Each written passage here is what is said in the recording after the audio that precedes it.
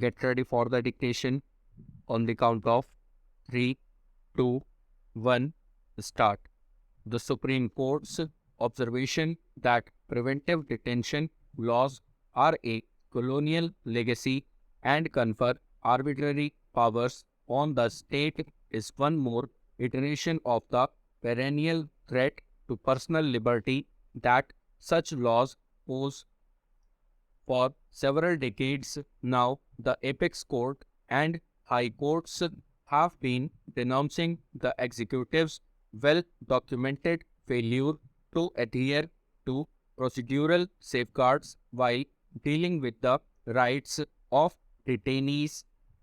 While detention orders are routinely set aside on technical grounds, the real relief that detainees gain is quite insubstantial. Often, the quashing of detention orders comes several months after they are detained, and in some cases, including the latest one in which the court has made its remarks after the expiry of the full detention period. Yet, it is some consolation to note that the court continues to be concerned over the misuse of preventive detention. In preventive detention cases, courts essentially examine whether procedural safeguards have been adhered to and rarely scrutinize whether the person concerned needs to be detained to prevent prejudice to the maintenance of public order. Therefore, it is salutary that the court has again highlighted that every procedural rigidity must be followed in entirety by the government in cases of preventive detention, and every lapse in procedure must give rise to a benefit to the case of the detainee. Some facts concerning preventive detention are quite stark. Most detentions are ultimately set aside, and the most common reason is that there is an unexplained delay in the disposal of representations that the detainees submit against their detention to the authorities.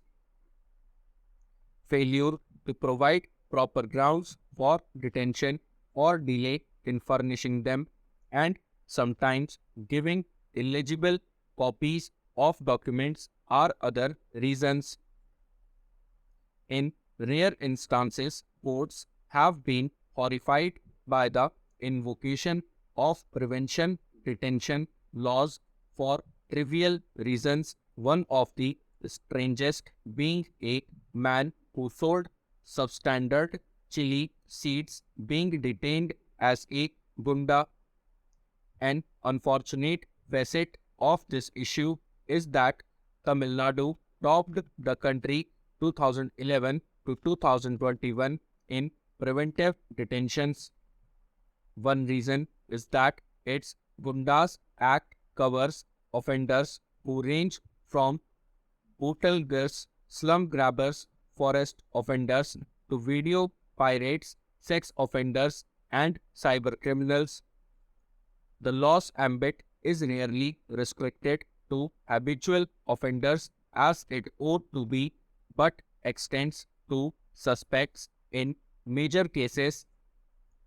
Across the country, the tendency to detain suspects for a year to prevent them from obtaining bail is a pervasive phenomenon leading to widespread misuse.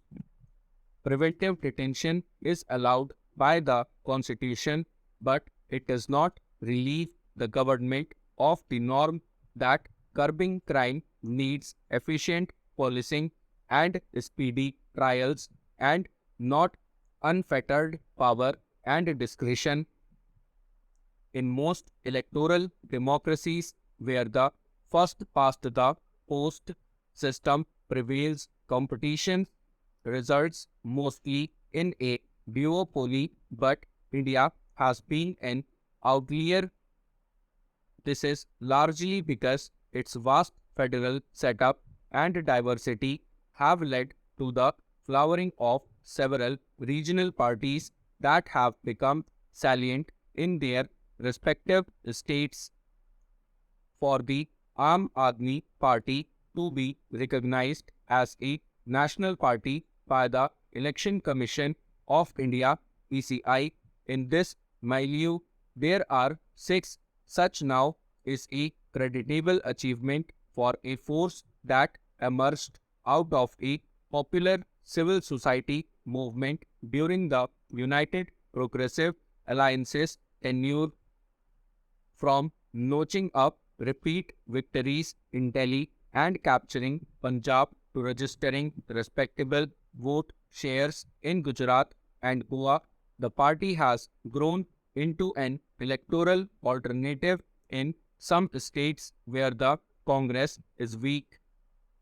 This has allowed it to cross the threshold set by the ECI for national party recognition.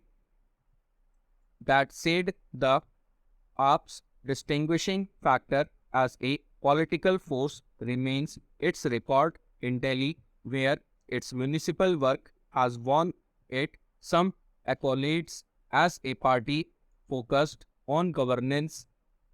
Yet the lack of a coherent ideology it could tack to the right of the Bharatiya Janata Party at opportune moments or to the left of the Congress at times, while its positions on national and international issues remain incoherent at best, and its commitment to secularism remains tokenist in practice, is a limitation which could hurt it in the long run.